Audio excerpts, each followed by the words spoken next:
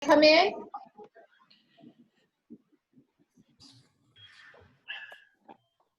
Hey, Judy. Hi, Judy. Okay, I have just muted everyone. So Deborah, you're going to need to unmute yourself. And my name is Marilee Orsini, and I am president of the Art Alliance for Contemporary Class. And these meetups we've been having weekly, basically because we weren't getting together, we weren't traveling, we weren't seeing glass. And so we started doing this as a way for us to actually have a way to showcase art and to still meet as a community. And but this week has been particularly difficult, as most of you know. And Deborah and I had a conversation yesterday. Should we have our presentation today? And I'm probably going to get emotional as I talk about this, so I apologize. But she had a comment. It's okay. We got you. She had a comment that was so wonderful, and I've since researched it about, because I said, you know, the thing is, I don't know what to do personally. And she said, well, what about this moving from an ally to an accomplice? So most of us have been inclusive and have worked for social justice, many of us throughout our lifetimes, but now's the time for us to personally move it a little bit and move from just being an ally to the cause to actually being an accomplice, to looking at how we can work for systemic change. Of all the artists I know, Deborah Czeresko probably has represented working for social justice and change and been vocal about it in her work. And with her work at Blown Away, almost every piece had a significant meaning behind it. It wasn't just a nice piece of glass. So it really seemed like it was the perfect time for us to have a presentation by Deborah Czeresko, and so I just want to say thank you for your bravery, Deborah, and thank you for hanging in there against all the odds that you had as an artist, and I encourage people to support the artists when we have these meetups, and we're going to see Deborah's work today. Some of it is for sale, and I would encourage you to contact Heller Gallery if you see something you like, and or Deborah directly, and help an artist. So Deborah, I'm going to turn it over to you. Okay, I'm going to go into what mode you want me to go into? Speaker view? You just do screen share. Oh, sorry. Screen share. Okay, I'm going to just call it. There it is. Okay, screen share. Here's my screen. Okay, share. Oh, my meeting's starting. And okay, here's all my emails, everybody, 3,000 of them. So, I mean, I just want to say thank you before we get started. Thank you for having me. I question whether I should be doing this and taking any attention from the issue at hand, but you know, this is not a sprint, it's a marathon. And on top of that, I felt like my work was relevant to the moment, and I was also a little traumatized, which is not a good reaction if you want to take action. So I felt like getting back in the game and talking to some people about my work and what I do would really get me mentally moving again. So I welcome this opportunity to do this. So I'm gonna open up some slides to begin with. I'm gonna talk about things as I go.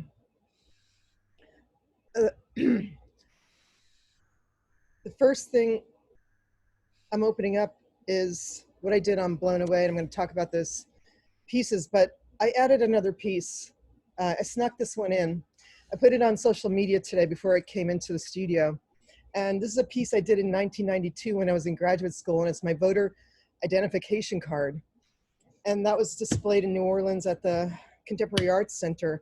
Why is this important? Okay, there's really obvious reasons. Well, the most important reason I think it's important to me now is what Marilee was saying about going from allyship to accomplice, I realized what privilege I just assumed by having this card to begin with, and then putting it in a public space where, which for most people implies privilege as well. So there was a double privilege here. So I wrote a statement, which I'm going to read. The sentiment of this piece was to illuminate the importance and urgency of everyone to vote. This is glaringly still true. Being able to display the ID was a privilege. It was easy for me to get that document. That is not the case for all American citizens. And I then quote something from the ACLU. I didn't realize what a privilege it was to have a voter identification card. Many Americans do not have one of the forms of identification states to be acceptable for voting. These voters are disproportionately low-income racial and ethnic minorities, the elderly, and people with disabilities. So I didn't realize at that time that just by putting it up and thinking I was doing the right thing, I actually was doing the wrong thing in a way. Now I'm more aware, and I wanted to use this as an example of how we become accomplices as opposed to just being allies. So I thought this was really important to bring up, because that's what we were talking about yesterday. How do we move into actual actions? So I think I'm identifying how can I make a difference with what's going on now, because I really do feel passionately about it. I do feel like certain life parallels that I've had as a queer woman throughout sort of coming out in the 80s really was, there are parallels. I know it's not completely the same, but there definitely were parallels and prejudices about how I looked and life-threatening situations that ensued. So now I'm going to get into the, that's my political campaign. Now I'm going to get into the first episode of Blown Away. They asked us to bring a picture of us at a significant time in our lives. This is me in 1990 something. With the first sculpture I did at the then New York Experimental Glass Workshop, I was invited by a photographer to address the reopening of Ellis Island as a tourist attraction. There was apparently a lot of medical research being done on immigrants back then, and it wasn't, you know, of course it was brushed under the carpet. So she did these really eerie photographs of the property, and then I made these sort of medical type apparatus that were really kind of sinister and drip water. But that was my most formative piece, a photograph, because it was my first sculpture, my first installation, and it sort of demarcated me as an artist. But in the background, the backdrop in Soho, New York, there was the AIDS crisis raging. So we're going back to a different crisis. And this piece is called Out of Breath. And what it's supposed to be, it's hard to see. This is the piece that I made. It's hard to see. It's supposed to be one of these things that you put over your face when you can't breathe. So it's sort of referring to the agony and the ecstasy of that moment, how we have these joyous things happening simultaneously with these horrific things happening. We have to sort of address them all. So that that was my piece. And then when COVID happened, I thought, geez, this piece was really a sort of a foreshadowing of things to come. Sorry, there we go. The second challenge was about food. And we were challenged to make a serving dish for food or represent food in some way. So at that time, I was reflecting on things that were important to me. And this is when there was a lot of the Mexican border issue going on, and children were being taken away from their parents. And I wanted to, and I also really like tacos. So I then decided to try to elevate both Mexican culture and Mexican food. We know food's very cultural. We're all pretty passionate about it typically. So I combined the biggest badass of goblet making, the Venetian style goblet, which reflects like bourgeois or I don't even know if they had that word back then, but Renaissance Venetian culture, and a lot of skill and elitism with the street food of taco. So these are Venetian style taco holders. So once a little bit of humor going on. The first piece didn't have as much humor in it, which I typically bring to all my work. I like to have a full range of emotions in pieces. There's not, like I said, not only horror in life, there's also the ecstasy of life. So I try to reflect that in the pieces themselves. So these are the Venetian style taco holders. The next piece was a lighting challenge. We were given a light bulb and an electrical cord and told to design a light fixture using those things. So I don't know if you all know, but I have been doing a lot of lighting to support myself for the past 15 years, I would say. I don't even know. I don't count. Just do it. And so I decided to try to make something that would go outside. Something I see every day walking around New York City is those don't walk signs. So this is the beginning of a piece that was like where I was making a bigger, more graphic version of that. So it was like in your face more every time you walked across the street. Because I felt like it was like, don't do, like rethink everything is kind of what it's about. We see all these things are sort of coming to play. If I were to get criticism, in the first episode I said I have lovers and haters and I'm a polarizing figure. And I thought that's the stupidest thing I could have ever done. I'm inviting controversy, but somehow I just blurted it out. It was in my core. And I didn't mean that I wanted to divide people purposely. I just meant by taking a stand, I would have that happen. And in fact, there was a lot of vocal kind of haters on trolling. And for the exact reason I think is really important now, and which I have a lot of self-respect for now and what it brought to the show, taking a stance with the material, injecting the material with some kind of a political concept or something beyond using the beautiful glass. I want to seduce people with this glass. I love glass, but I also want to infuse it with concept. So those people that hated me and criticized me, hate me for the exact same reason that it's like, I feel like really relevant right now. And it was so affirming to go over this with you yesterday, Marilee, and see that I was like right on target, I think, with what I was doing. I can hold my head high here. So the next piece is about gender equality. It's called Embito, Man Bun in the Oven Robot. The challenge was to make a robot in glass. And I was really like, this is the first shitty challenge we've gotten, excuse my French. But I was like, how do you make a mechanical thing? Like, I'm thinking nuts and bolts and I'm like in glass. So I was like, kind of freaking out when I went back to the hotel room that night because we got to the challenges the day before. And I was like, what does glass do well? Let's just really let's just stop thinking about metal and think about, think outside of the box basically and think what does it do well? And it's like, it holds liquids, obviously. It does that really well. It reflects things. So I went through some of the concept, like what it does. It morphs and transforms into different states. So it has an inherent qualities of transformation, but what could I make a robot? So I started to think about fluid and then amniotic fluid. And then I got to a gender equality meeting the fluid and pregnancy. And so this item is a robot designed for men specifically to have babies, and really obviously anyone that can't. But the idea was gender equality, ultimate gender equality through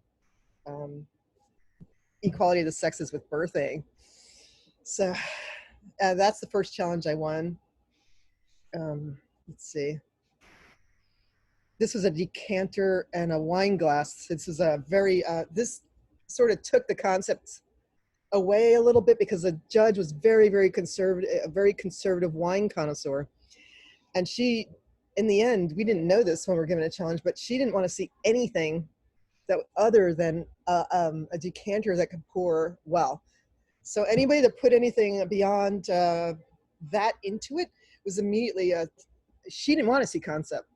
So I feel bad for actually the person that was eliminated that time, because I felt like she really tried hard to bring something more than just a decanter. a functioning decanter. But I tried to go design on this one. I tried to be more designy since it was functional, supposed to be functional.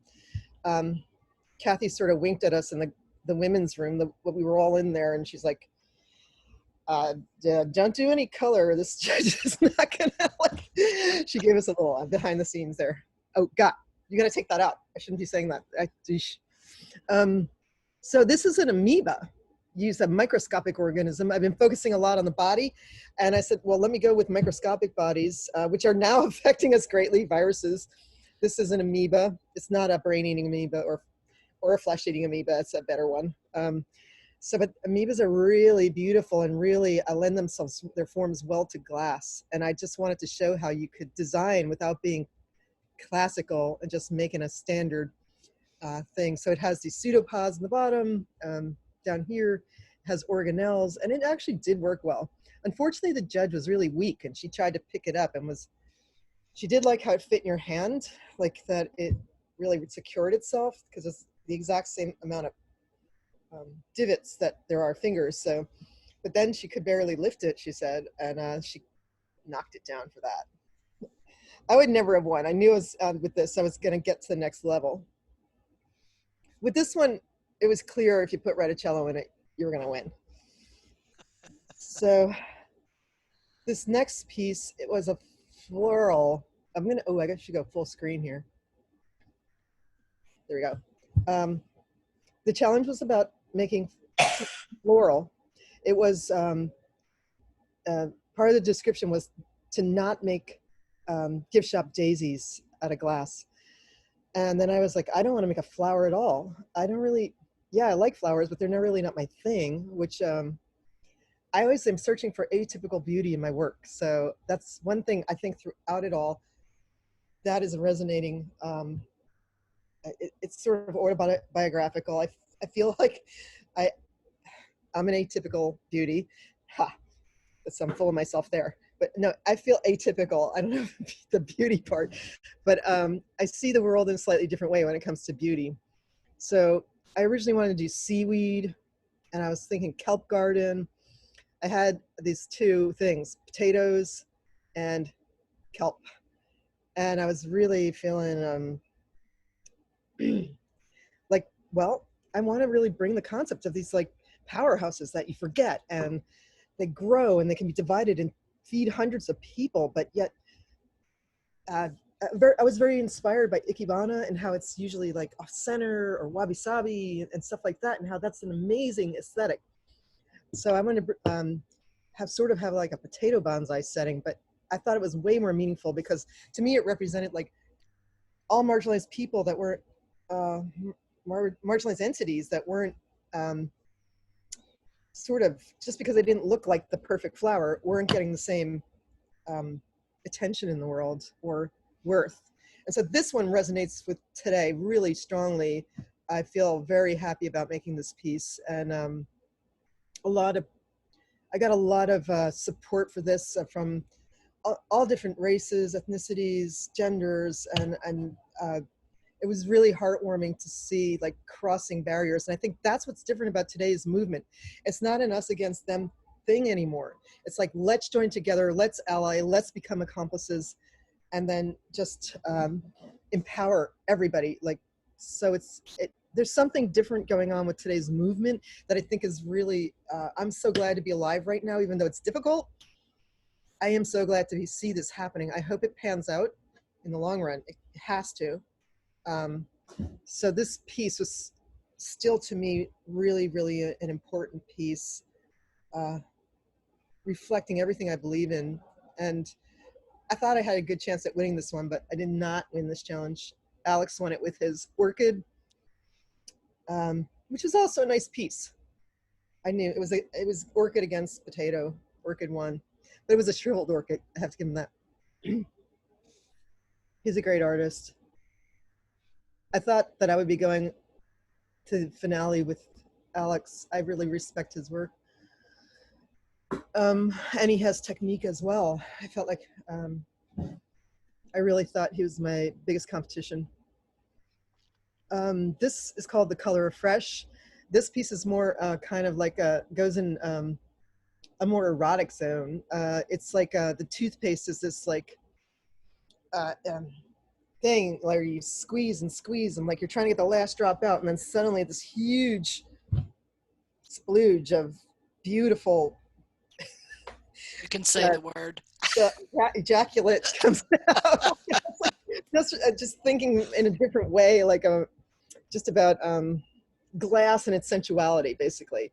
And I was thinking, it was a pop art challenge, and I was like, I want to go to a different level. A lot of that pop art is subtly sexual, like with huge cherries or whatever it may be, with squishy forms, with Klaus Oldenburg, and I was like, I'm gonna double down on that, the sensuality of glass with this toothpaste. So, and I really did want to use cane because I felt like that was getting points. It was a competition after all. So, and I wanted to show I could sculpt. This is beautiful toothpaste holder, and I mean toothpaste tube, and then unfortunately on this one I had some equipment malfunctioning, so I couldn't make it as voluptuous as I originally intended. I really had a vision for it with a lot of folds and whatever. So anyway, this all this work, by the way, is still in Canada. It's owned by the production company. We were hired as contractors, not as talent, which is what they call, like Kathy, the evaluator, was talent. But we were contractors, so all the work we did is owned by the production company. I've made versions of some of this work, like the potatoes, for example. This, to me, was a total triumph technically, and it did win that challenge. The evaluator was a ballerina for this one, and it was, the challenge was a body in motion. I knew there was 3 people left, me being one of them at this point, and I knew the other 2 people, Yanush and Alex, really didn't focus on sculpting. They focused on glass blowing in their careers. But I focused on being a sculptor. So I define myself more as a glass sculptor than like a blower, even though I am a glass blower. I also do solid sculpting a lot.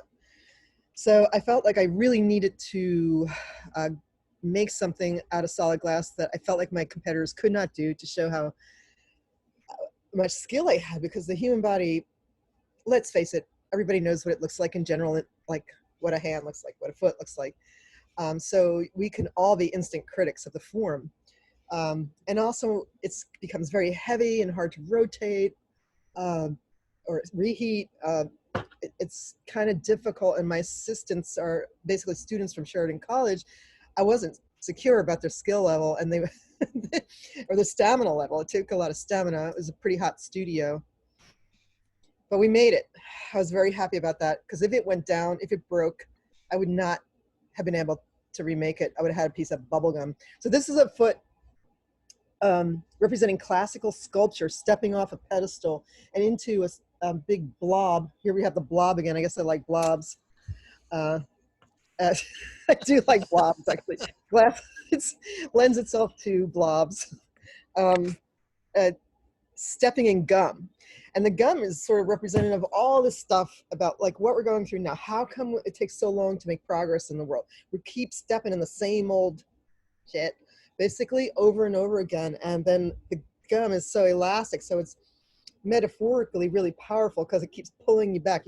It's really hard to get off your foot, but it doesn't ever let you go, really. You have to scrape that stuff off. So it really shows you the effort through this object of representing progress in the world, and we see what it takes now.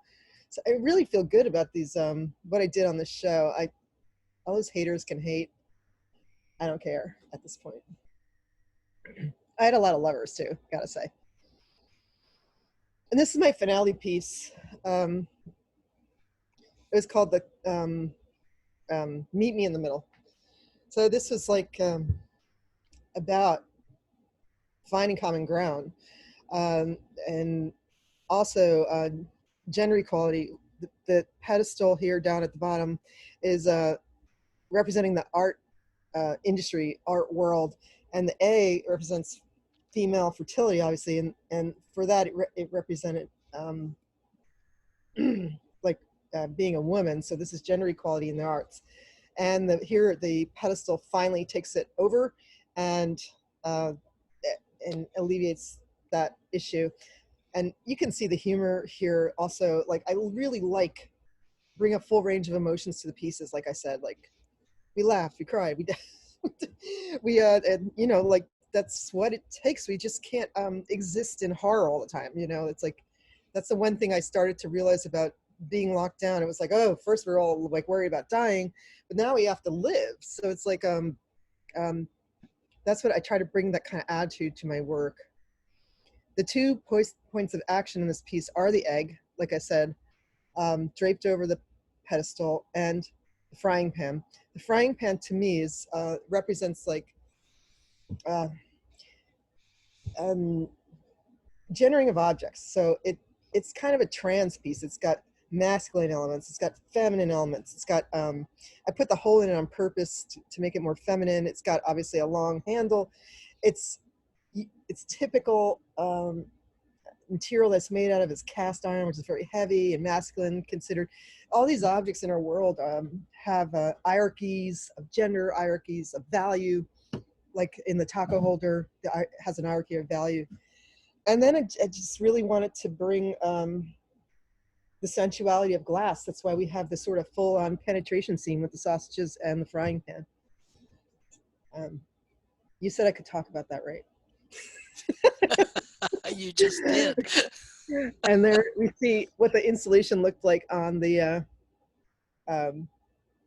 floor. So how this, obviously these are phalluses. They're wrapping around the pedestal and they're dominating it in their own way. The egg's dominating it. So it's a really interesting piece, I think. And then I just want to put my potatoes back up here. No, oh, that's the last piece on this presentation for Blown Away. So I will now bring up more things. Do we want to have any questions or anything now, or just keep going? I would say keep going. Again, anyone can unmute yourself and ask questions if you want to. For those of you who did not see Blown Away, Deborah won. Oh, yeah. Deborah, I just wanted to say that we had viewing parties here where people were cheering you on. So you had a lot of supporters too, yeah. We had a whole bunch of people come over every week just to watch you go further. So you had tons of queer people in DC with huge thumbs up and giving you big hugs every step. I feel like I need to pay a visit to DC. Girl, you got a place to stay. Okay.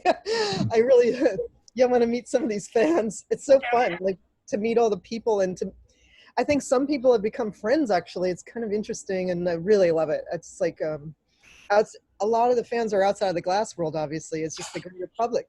That's one thing that Blown Away did. Like, I think the portion of glass people are pretty low compared to the millions that watched it. So where was the hot shop? It was in Hamilton, Ontario, 1 hour outside of Toronto. Okay, thank you. What again was your prize, Deborah, for winning? There's a $60,000 prize package. This was part of it, to $10,000 purchased by the museum store in Corning Museum of Glass. 40,000 Canadian dollars, which really went down fast to 30,000 American dollars. That was painful. There was something else I can't remember. Oh, the residency at Corning. Yeah, which was valued at the rest of the whatever was left over. So this is called the Buffet Collection. It was available in the Corning Museum store. They need to be restocked. They only have one piece left, but I was due to send some stuff out, and COVID lockdown, it couldn't get out. They closed their museum. But Urban Glass has a lot because I'm here and it makes it much easier. Urban Glass store.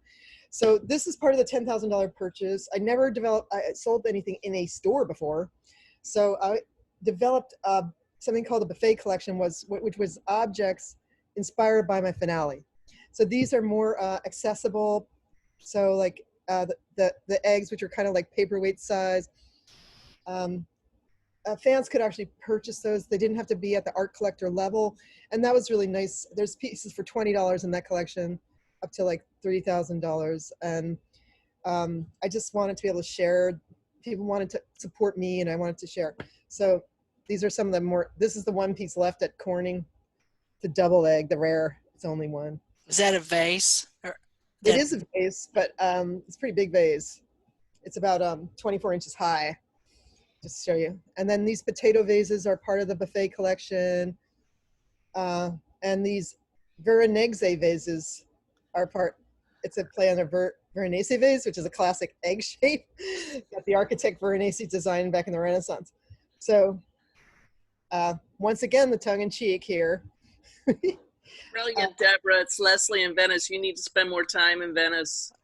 I love the Venetian conquest, and I love the Veronese egg. Great. Well, I was. And you got a place to stay too. I'm with you, Jim. I was going to come for the La Stanza di Vetro show, and that's a good segue because I'll show you. That was the thing I was supposed to do in March with probably other people on this call.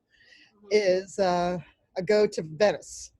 And there I would show this grouping of large animal feet.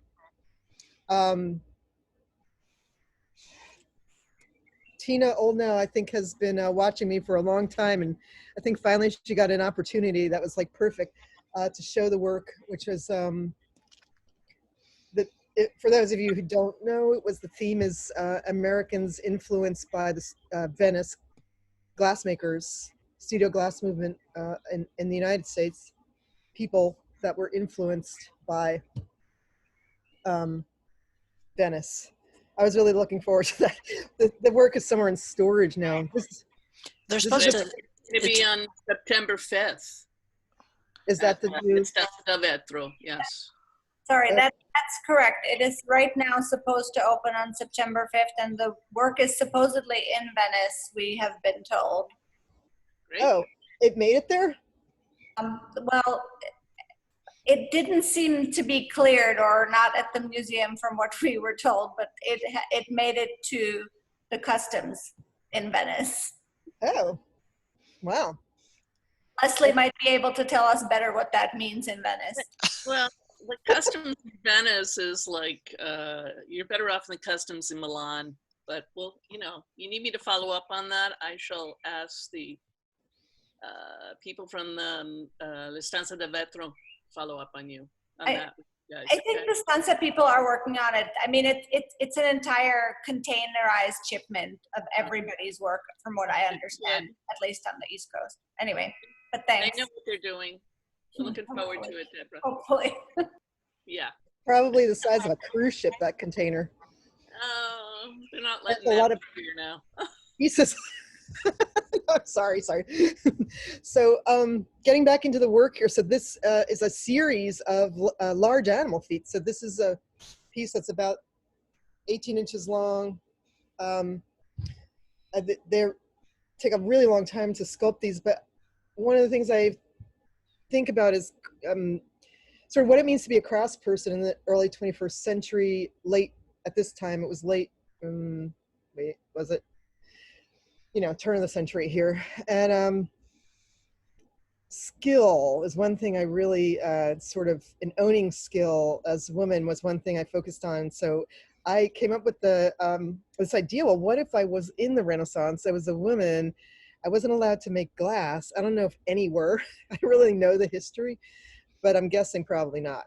So I developed a rewriting history fantasy figure that was a female maestro that would, like Joan of Arc, masquerade as a guy and then make glass, but make completely different glass than the guys made. So instead of making like this horse this big that took like forever and this amazing amount of skill, I would leave a lot to the imagination. So I was doing the part of the animal that I felt identified it the most, which was their feet. They're like really like tools. You can see this is a mole. It has these claws. It's obviously like a garden hoe. It's that's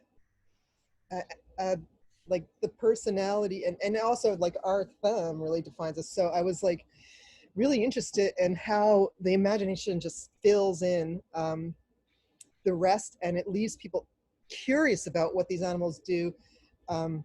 So I'm calling these things endangered animals now, but the title of the show is going to be Stampede.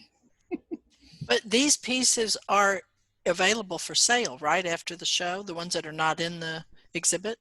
Yes, some of these are not in the exhibit. This one is in the exhibit, and it would be available after it's released. I guess it's now in Venice. This is a two-toed ostrich. I wouldn't, it's hard to guess what this creature would do, but I realized after going to the dreaded zoo with my mom that these things are for cultivating their eggs and keeping them under their bodies. They really, they don't have a lot of brain power, these ostriches, honestly, because they couldn't, when I watched them, they couldn't figure out, they just kept using the foot as a tool for these big eggs. So it's designed to roll the egg back towards it. This is, it's a different one. It's a three-toed ostrich. I'm moving this over. Okay. This one's available and still in the United States. This one's in Venice. It's a mythical three-toed rat. Apparently in Japanese culture, there's a three-toed rat that's like a god or something. I just saw rats a lot parking my car here in New York, and I was just like, I gotta make one of those. And so here we have a penguin, gorgeous creature. Also, like, these feet have to do with a lot with the eggs, and with, as in the emperor penguin. Close up, you can see the detail on this. I put a lot of hair and fur on these. They take a long time. This one's a smaller piece though. It's only about this big, but still takes a lot of time. It really shows you how much skill it takes to solid sculpt. I didn't want to use any color. I didn't want to take this down into a color exploration, really more of a formal exploration of these animals. This is a frog. These are like suction cups. And really, really, that shows you the range of these creatures we have on our planet. Animals have been used in glass since I think there was glass, been represented in glass by glassmakers. So as this mythical female maestro, I'm like using the standard subject matter, but I wanted to use it in a slightly different way. One of the sculptors I find very inspiring as far as technique goes is Rodin, and how it's very expressive. I want to bring a little more expressiveness and quality of the glass to it, these pieces, as a sculptor. I was really finding my voice as a sculptor with these pieces, and they were so much fun to make, although grueling simultaneously physically, because some of them are very, very heavy. This is a hippo. This poor foot has to hold like a ton of weight. I mean, here you can see the bottom of it. Weird creatures, but one of the most deadliest creatures on the planet because of its ferocity and its ability to like chomp anything in two. It's like a construction device, like a truck coming at you, like a backhoe or something. And here we have a polar bear. All these animals have a lot of sort of lore and narrative behind them that can be researched and gotten into, and some are endangered, some are invasive, some are urban animals, like exist in urban environments. The bottom of the piece here, it takes a lot of time to get all that furry stuff on there. Just saying. Deborah, could you talk a little about how you get the texture? This is not cold work. This is done. Could you explain it? I wanted everything to be done in the hot shop.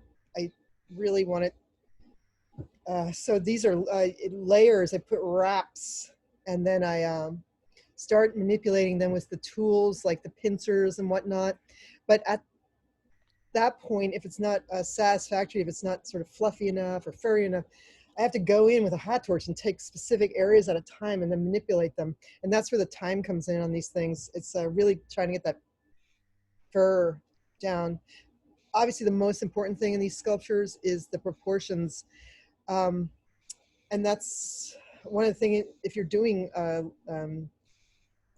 live animals or humans or whatever, proportions are incredibly important. And I think studying figure drawing and figure sculpting is really important. I did all that on my own. I'm kind of self-studied. Actually, through a lot of YouTubes, I would do drawings and how you draw things and stuff like that. And then I started taking drawing courses, figure drawing courses here in New York City. I didn't go to art school, by the way. I studied psychology in undergraduate school. So I was very influenced by psychological theories like psychoanalysis and things. And I think that sort of infused my work a lot, really thinking there was another dimension to it beyond just the surface, which is what we're talking about now, surface effect. Then I went to grad school at Tulane. So that was at Rutgers University in New Jersey. I went to grad school at Tulane University, but it was and got my master's. That was sort of a self-study program. So once again, I didn't have a lot of guidance what art was, but I think my psychology degree really opened me up to, gave me more than necessary. I just didn't know how to infuse that originally into form, which is what I'm doing now, like really combining the two. And this is one of my faves. It's going to Venice. It's a bat. It's a pretty big object. And as we see, the narrative behind this animal now is like, it's partially, they're saying it's partially responsible for giving COVID to humans along with the pangolin. So there's a lot of human relationships to animals. It's very interesting, I think. That's a close-up. A lot of these photos were done by my studio mate, who's wasn't here this whole lockdown, which I'm happy about. Sorry, Esteban. Esteban Salazar did most of these photographs. And this is a goat. Goat is riddled with folklore. It's considered the devil, a representative of that. And this is a seal, a mammal of the sea.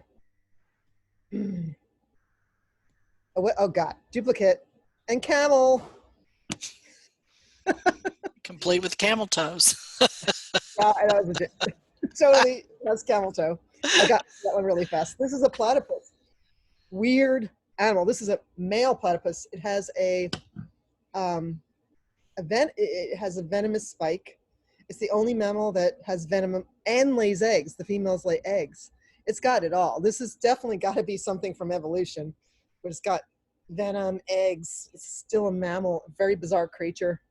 Looks bizarre, but really cool looking. It's another idea of atypical beauty. And all these feet are kind of atypical beauty, if you want to know the truth. So that's this series that's going to Venice eventually. I was really excited about that show, but there'll be a chance to get re-excited, I guess, hopefully, at some point. I do want to go to Venice and see the show. So let's see. Since we're on the subject of animals, perhaps I will show you this small series of small breed dogs that I did at the Tacoma Museum a couple years ago while on residence there. So another thing I was thinking is like, why are they making the hugest animals so small? Why don't we make the smallest animals huge? So I wanted to like reverse that equation. So the pug, here we have the pug, is definitely bigger than your average everyday pug that I've seen anyway, unless there's some gigantic ones out there. So they are about this big, sculpted in Tacoma with the Museum of Glass team. Side view. Really cool. This is the Chihuahua. The Chihuahua comes with, I saved this, the golden poo. Take a look at that face. It's just so like, I didn't do it. Yeah, you did it. So it's got gold leaf on it. Just saying. Jack Russell, this is one of my more faved small animal breeds, except for when it gets excited. They were very popular. I was going to Belgium a lot, and they were very popular there. They were everywhere, and I don't know why, but they were really popular dogs. And this is a Boston Terrier. So these 4 dogs, this is very difficult pieces to make. So I really do appreciate having the help from the museum. Can't take full credit for those. Really, some of my favorite pieces I've ever had made. And now, what would you like me to show? Some of the other sculpture I've done, or since? I'd love to see your lighting line. I think that is, although it is site specific, it is impressive. Not that the other work is not impressive, but. Yes, prior to like really sort of, I think I was very happy that Blown Away sort of launched me as an artist, because most of what I did, people didn't know. I think people knew that I was skilled and I taught a lot of people, but I didn't have a public place that I showed my work. I showed my work, which was lighting at that point, through site-specific art. And that, I'm going to show you some of that work. It was sold salon style. So my rep, Matt Ames from Site Specific Art, he has a very high-end clientele of architects and interior designers that go to him specifically. He cultivated these people, and but it's all behind the scenes, and these are in people's apartments, and he doesn't have a gallery, so it's like most people don't know the range of what I've done. So this is like an iconic piece from my collaboration with him and Site Specific Art. And so I'm going to run through some of these. You can see we've done a lot of projects together over the years, and really skill-based. I was really love technique, especially technique of Venetian glass, because it's so challenging. I want to use some of those techniques with simple forms in a combination of human meets glass. So using Murinis and cane, and this is a drum form. Here, this piece is purchased by the owner of Knoll Furniture, which I consider a great compliment, because he's got a lot of things to buy from his own company that are gorgeous. But this is in his kitchen, and his wife's kitchen. So it's tons and tons of those eye Murinis, the classic black and white Murini, I think made by Vanini. I think they made it popular. I'm not a glass historian, so I do not fully know if I'm accurate, but I've seen it in their work. And this is fused together, however, it's squeezed, so they pop out. Instead of in blowing, when you blow it, the lower coefficient of expansion expands more, so you get the texture that way. But in this, I did it by squeezing in the kiln. Actually, I squeezed it in the glory hole. And this piece is called Ringu. Ringu is a film, a Japanese film. It's a horror film, and Ringu weighs 100 pounds. That's why and it has rings, so it's like a horror to make. This is like life-threatening, but the Tisches own these, a pair of these pieces.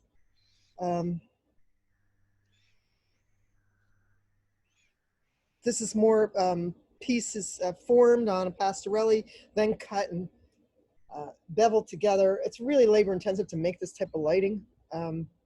Definitely not production work.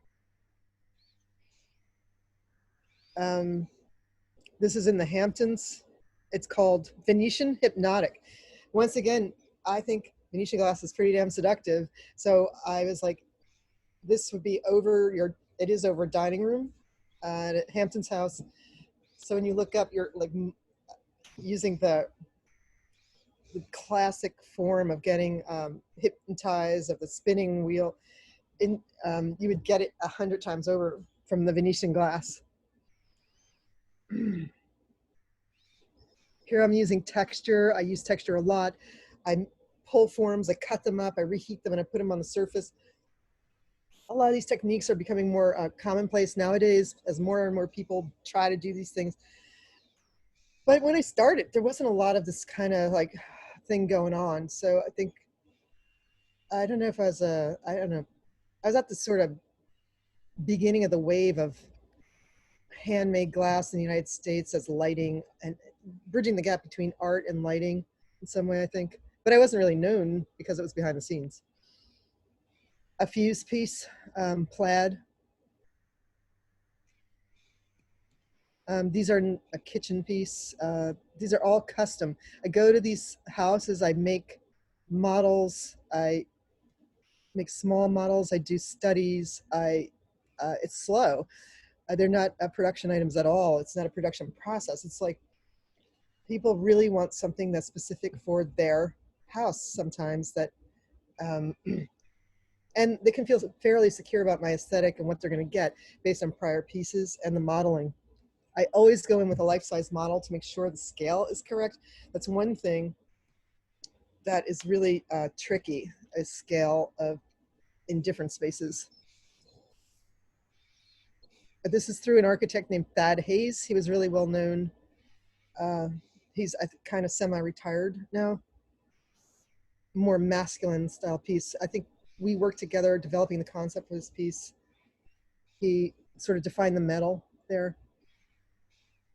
And this opaline Murini with silver Murini all cut up and fused together.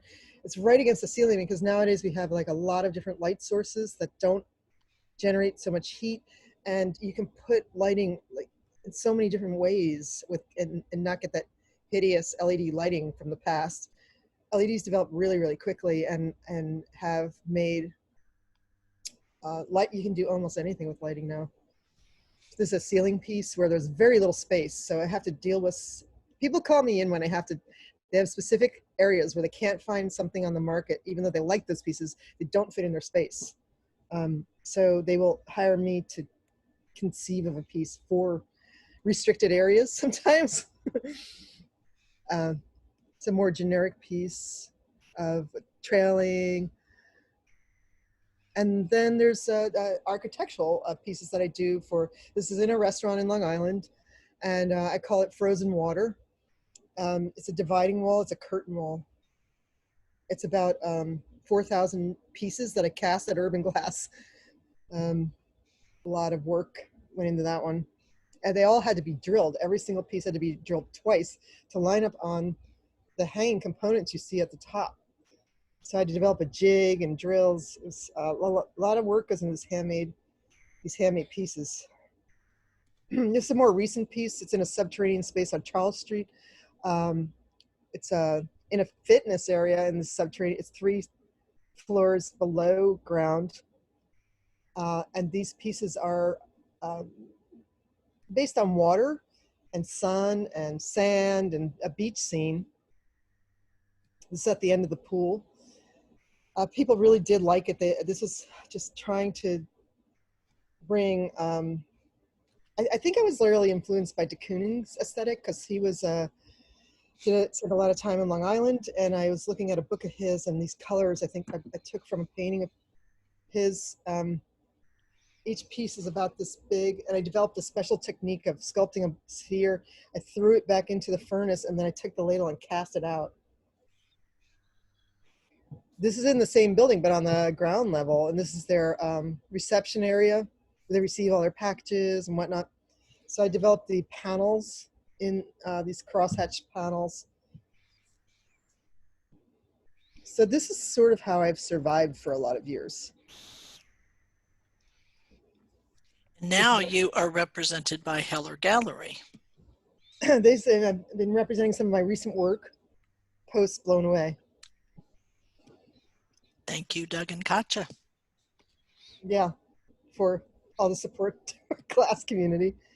You can see And privilege. the pieces up here were made by me, the pieces over the fireplace. So this is another Hamptons house. A lot of these houses people only go to in the summer or infrequently in the winter. So I do the installs in the winter. Really like spending a lot of time. Like I slept there and I thought about it and I did drawings and I'm like getting exhausted just talking about it. So I did a life-size model, and that's my last image of the site-specific artwork. Okay. It's so quiet with everybody muted. I know. That's why I would love. Deborah, it's Bill Weisberger. You said you make life-size models. What are the models made of? Well, in the case of that last piece, I bought sort of electrical wire that I would mold into the, I use all different materials. It could be tin foil, it could be aluminum, mesh, anything that I could easily manipulate, cardboard, foam. So stuff like that I then, it's almost like making a sculpture, but you can't go in there and like do glass production without being really secure, because these things I'm conceiving of for a certain person's, you know, like some of them have repetition. What just happened? I just took you off speaker view because you're talking and not showing something, and I wanted everybody to be able to see you. Okay, thanks. Some of the pieces, models are up here, like not the life-size ones, but small models are above me. So if we just go like, you didn't see the ceiling of my space. Let's see if you can see it. Like, where is the model? There's a model of the meat chandelier, which I'm going to show you. So I make small models. I do drawings. My drawing might look like this. I might bring a drawing, something like this to the person. A small model.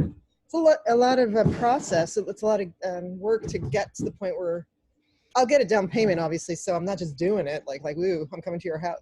So they'll have an investment in the process from the start. And then I get to know the space more and the people more. So yeah, life-size models and then sampling. So in the case of the last piece, I'll make some of those forms and bring them there. This is all vetted between an interior decorator or an architect. So we have a translator person that works with us on it. So they have confidence in that person, and confidence, that's how they build confidence in me, because they don't know me.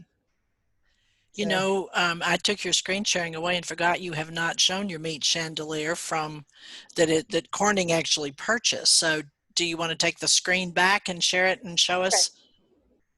Yes, I will show that work. Now that was a triumph of last year. I was really having a lot of momentum with my career post Blown Away. I was in a New Glass Now show. That piece got purchased by Corning. A piece got purchased by the Toledo Museum from the show that was at Heller that Matthew Perez and Fag Signs headed up. Called the piece was called "Oh God." Where is this? Okay, other sculpture. Here we go.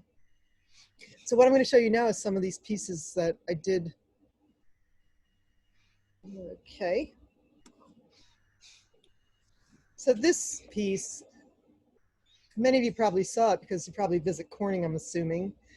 And that was what this drawing I just showed you was a preliminary drawing I did on my iPad, and then eventually became this. And I used the same technique I use for my clients for myself, because I was at it took me 2 years to get it to the point where I finished this piece. I started doing it on residencies because, as we all know, glass is expensive. So it's sometimes there's not enough extra income to invest in something on the scale. So it took me a while. I was through residencies at Tyler, at CCS in Detroit. I was able to make a lot of these pieces, and then it was a matter of developing an armature that would support it. And I'm a member of this group called the Burnt Asphalt Family, who hasn't done much work in the past couple of years, but they cook with food and do performances. And they were doing a show called How Can We Dine at place in New Rochelle, New York, and they invited me to finish this piece. They're like, you gotta finish that piece. And I was at a standstill. I just had to solve the armature problems. I didn't know how to get the arms to stick out in the posture I wanted. So I developed a system, eventually developed a system and also to support the weight, but not be huge and obtrusive visually. So it was accepted into New Glass Now show. I have to thank the Burn Asphalt family for getting me to finish it, actually. I was, and it became a very seminal piece, and I think it demarcated me entering the sculptural world and being noticed and getting the work out there finally, and being sort of recognized for being an artist. And so this is the past 5 years I've been developing some work on this, and then the show really launched it, because it's not a typical path I was on. I didn't go through a gallery. Yeah, I was making all this stuff. It's like a lot of stuff. You can see all the animal feet and the dogs, and so now I really wanted to combine my chandelier work with art, and this is a functional chandelier, although I think it's an art piece first and a chandelier second. So I'm really honored to have it in the Corning collection. Here's some close-ups so you can see the detail on these pieces. And this is big. It's a big piece. Yeah, this piece is at least 9 feet tall, and so its wingspan is about 7 or 8 feet. Very happy with this piece. My next incarnation, I'm going to do more pieces in this. I did get an artist residency at Urban Glass, and my proposal was to do the next incarnation, which is Poultry. So this is what I'm going to work on. Once that opens up, that studio opens up, and we can actually go in, I can start work on something, which is very encouraging, because that's part of the, I just got cut off for the last 3 months. It was like everything I had hoped to do and all the momentum I had from the show was now like nothing. It went from, I was in a Ferrari to now I'm in a jalopy. So it's like. Where's the lighting on this piece? Diane Farber wants to know, and I can see it. So, but you want to show her where it is? So do you see the end of the sausage links? If I don't know how to expand this into a bigger thing, but so on the end there's these little light bulbs at the end of every strand. I don't know if you can see that. Can you see that? Yes, you can see it. How do you make this bigger? I don't even want to know. Okay. I don't know.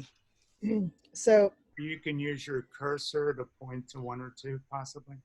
Yeah, right. There's one. Can you see that? There's one. You can see the right here. At the end of each strand of the sausage link strands, there's a little light bulb. So it does function. It's electrified. It's not meant to be like functional dining light, though. It's meant to be a sculpture. It's meant to be a statement on,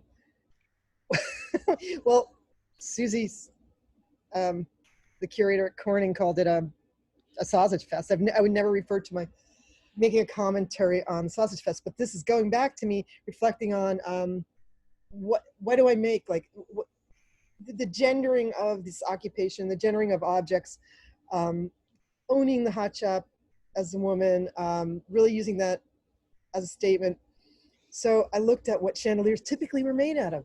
They're referenced flowers. So I went the opposite way. I wanted meat. really love this piece. So back to these. And then I went to SOFA with the Heller Gallery, and they asked me for something relating to the meat chandelier. So I developed these meat chains, which also are reflecting on Italian glass. Most of these are Italian pieces of meat. I think that one link there is a Polish one, sorry. But that one's not available anyway, so don't worry about that. All the others are Italian, soprasadas, things like salames and things like that. So also once again reflecting on Italian glass. What'd you say? Tell it. Soppressa. Soppressa. Oh, thank you. Piano, the Venetian's telling you. It looks fabulous. Brilliant. Yeah, we did see these at Heller. They were brilliant. So you can see this. I'm going to show you, these are the ones that are still available. One was purchased. Some of the, I have them in my studio. Close-ups. These things are so beautiful and sensual. It's the way people fall in love with food. You know, food is so seductive. Glass is so seductive. Who considers meat seductive? It's not the classic, but I want it to consider it seductive because it comes in so many beautiful forms, especially in Italy. This is the string made out of the opal Duro glass. And so when you blow it, I didn't blow into the string. I put the string around it, the glass string, and then I blew it up. They was playing with that idea of one thing has a different coefficient of expansion of another. So, you know, these sculptures do take a lot of skill. That's the one thing I really hated about the show, and it still gets to me. They put me like as, they did paint me as a sculptor, but they weren't giving enough credit to how much skill it takes to be a sculptor. Yes, it takes a lot of skill to make a radichello, but sculpting glass is hard too, people. But I realized they did that for narrative reasons, and it's a pet peeve of mine because I think it does add a huge range of techniques I could use that I didn't feel like I got credit for. What's the size? What's the size of that, Deborah? The scale. This sausage is almost like real life sausage. Like it's about like this size. I'll get one for you. So. She happens to have a sausage. One of the pieces, this is one of the pieces that came off one of the meat chains. So you can see, it's like, that's my hand with it. So they're authentic size, okay. Just trying to be realistic, actually, but not hyper realistic. For some reason, I wanted, I wanted to be seductive. So I wanted to bring some glassiness to it that you normally, I wanted to have a style as a sculptor, not just duplicate something accurately. I wanted to bring something more to it.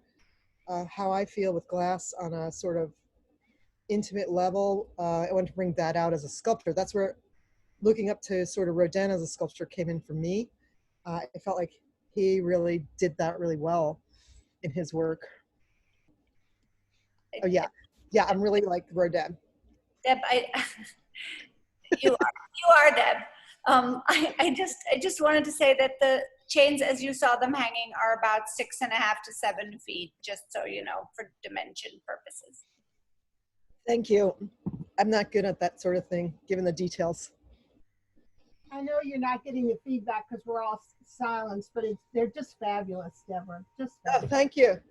Yeah, I'm like, ooh, is there anybody out there? It's just like crickets. I know it's hard. It's hard. Can I introduce you to a queer fan of yours, Deborah?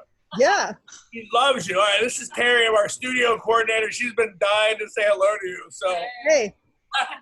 Well, now I'm planning a trip to DC. Thanks. I'll use Terry as bait. I'll remember that next time. Oh, no, kidding. Terrible thing to say. I'm gonna hold you to it. We're being recorded, folks. Okay, never mind. This is me too. We don't do that. All right. Okay, I'm sorry. I forgot we were being recorded. Yes. Those curse words. That's all right. No, curse words are fine. That shit. We don't have a censor, but we are being recorded. Ejaculate. They do look good enough to eat. Don't they? They're fabulous. Oh, they're so cute, right? I think this is not the one I just showed you, but it's one similar. It's one of my personal favorites. It's good when you fall in love with your own work. Deborah, the one you just showed us have like fingers around the sausage, if I may be so bold to. Howard, I'm going to mute you.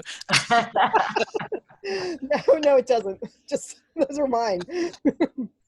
May want to think about that. This is one of my personal faves, the chop. Really love how this one came out, the texture. And I did a lot of color exploration. I bought thank you Gaffer Glass, except that thank you Gaffer Glass for making awesome colors. And they're very helpful with getting the right frit sizes. And I was like, I need something that looks like dead meat, but not disgusting. And they're like, okay, we got this range for you. Or bone. The bone color was particularly hard. You just can't. This is the thing I find with some glass sculpting I don't like. It becomes a little cartoony because the research wasn't put into colors. I just don't want, I want to really research my colors when I use color thoroughly. I think that's really, really important to bring that into it. I think that's the last, wait, is that the last slide? No, wait. Something's happening. Oh, here. Oh, there we go. Then I could, at fan request, I gotta say, they really pushed me to make some of these for that they could own. Here I put them on dirt, glass dirt, which is frit. That is fabulous. And these definitely are available through the Heller Gallery. There's like 3 of them in existence that have not been purchased as sets. I wanted to think of them as installations rather than single potatoes. And I just needed to get these out in the world, but the fans like really wanted these pieces. So I did it, and I really love making them. I say the word really a lot, excuse me. It's recorded. You can count the amount of times later. And just really poetic pieces. So I really put my heart and soul into each one of these and getting it's feeling correct and its color is correct. And for me, what I feel is what I want it to say, like how many, done a lot of research on these as well. The potatoes made me fall in love with you on the show, by the way. Oh, that's what I wanted them to do. Thank you. They're life-size pretty much. That's one thing I learned from Kathy, actually. She's a very intelligent artist. And she just said one thing, like, why are you making them, like I started making them large. I'm like, oh, she really like got the brain matter going a little bit, because what was I trying to say? It wasn't easy to do that show, let me tell you, because it was a lot of pressure, and I didn't necessarily have your idea totally figured out from every aspect within a 24-hour period. So you had to rely on yourself a lot to just trust yourself, and you couldn't miss something critical to a piece. I also want to point out the dirt. Deborah, we do have many color samples of the dirt. Deborah really did her homework on that, and you can see the different frit size that has served and color that has served as the dirt. It was really important to me to get the buds right as well. There's something about something just sprouting, some delicacy to it, and then it's amazing the palette of colors those things take. So many people have sent me images of potatoes since then. Just saying, I think I need to use them in some way. Hey, I got this on Instagram. I got this potato today. Okay. But I love it. This is one of my favorite pieces of all times, and it was a kind of a seminal piece. I showed it at Wheaton Arts, and I made it at Wheaton Arts on a residency.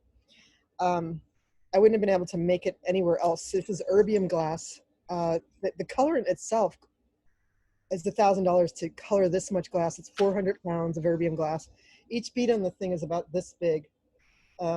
This is erbium glass, but the lighting is not making it look as sexy and pink as it really is in real life. It's affected by lighting. And this is a beaded fruit, like it's a craft kit. You see that one there that's pink? That's what it's modeled after. This is conceptually about crafting, and it's not just about women's craft becoming monumental. It's about craft in general. A few years ago, within the last 10 years, was kind of a 4-letter word. Universities were taking its name out of their titles. Like California College of Arts and Craft changed to California College of Arts, and it was happening. It was rampant. Parsons took crafting out of their curriculum. I was like, what is wrong with the hands? What is wrong with the crafting? What is wrong with our making things with your body? That's like, why is it such like they don't want to, they're shunning craft? And so I started to do a series that was like playfully investigating like silly things that would be considered craft, like these craft kits to make these fruit, then turning them into these monumental like sensual sculptures. This one could actually go outside. It's made out of stainless steel. It has a stainless steel core, stainless steel screws. The leaf is stainless, and the beads are solid glass that are, if it was to get vandalized, each one's replaceable individually. So I tried to make that. That's another thing you don't see frequently, is public art made out of glass. So I was trying to bridge that gap as well. Like, how do we get it outside? So we know large glass is subject to stresses very easily. It's very fragile, actually. I think we should send a picture to the mayor of Atlanta. It'd be a perfect outdoor piece for Georgia peach.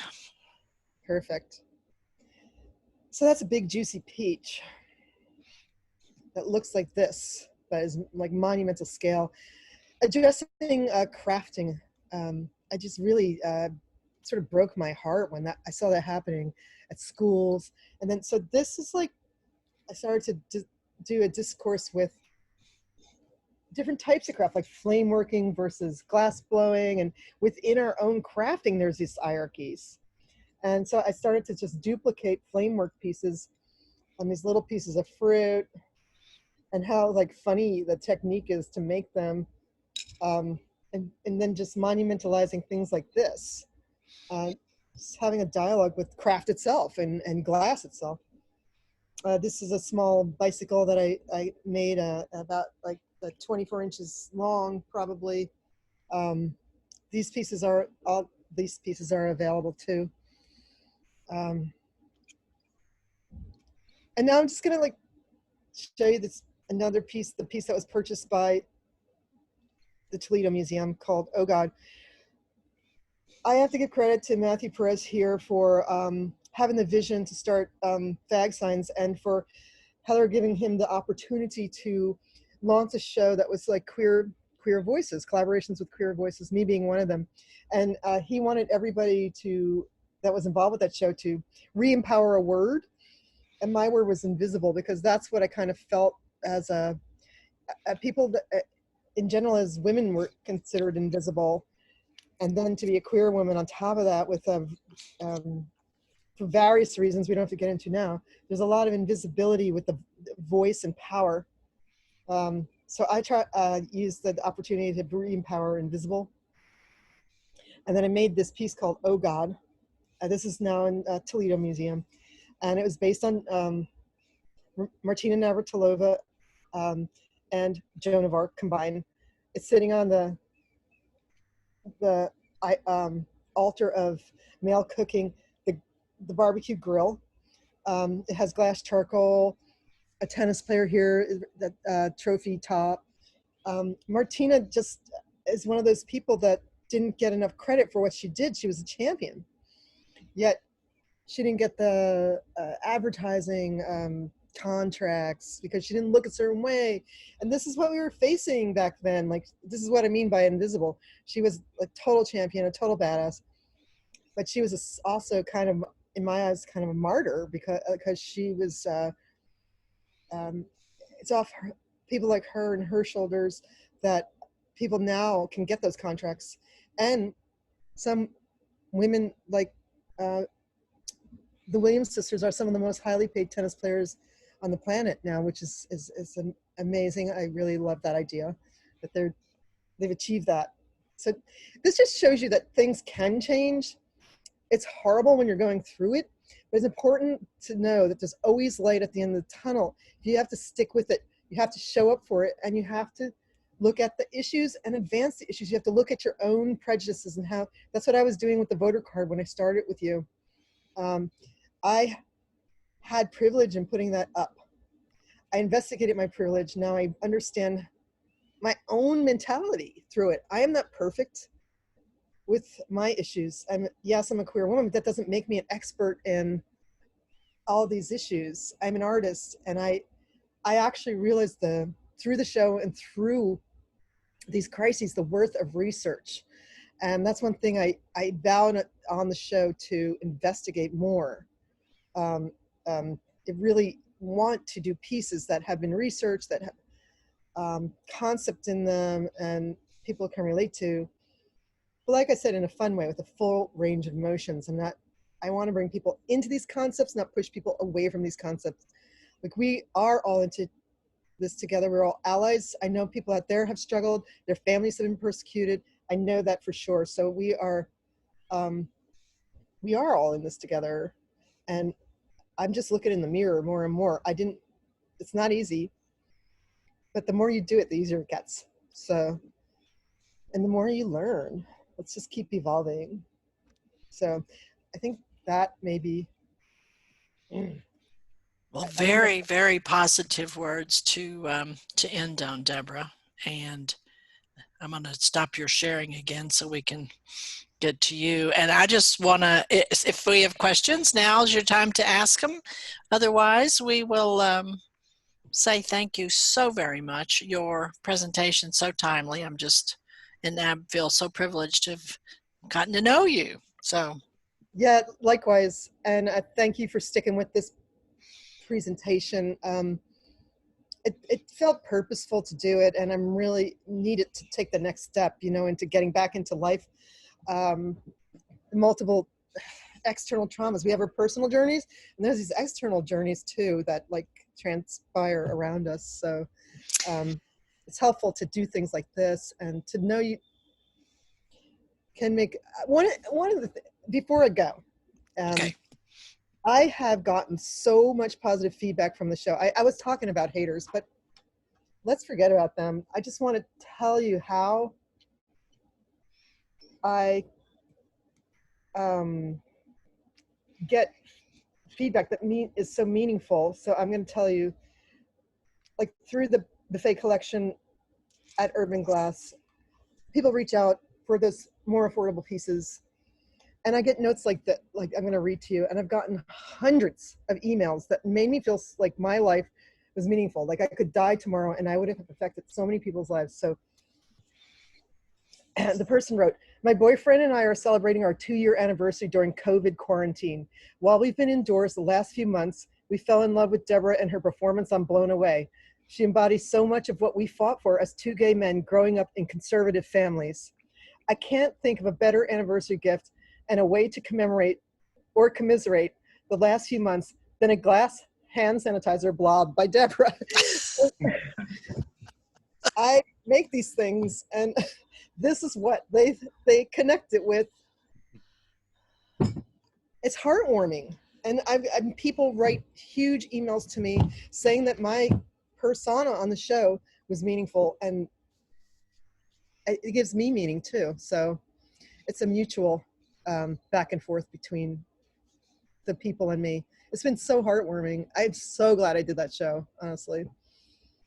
Well, we thank you for sharing your persona with us today, and I want to thank all of our AACG members, and I hope that we continue to see more of you because you're very talented. So thank you, Deborah, very, very much for this. Thank you, Deborah. Thank you, Deborah. Bravo, Deborah. Thank you so much. Deborah. Fantastic. Vediamo a Venezia.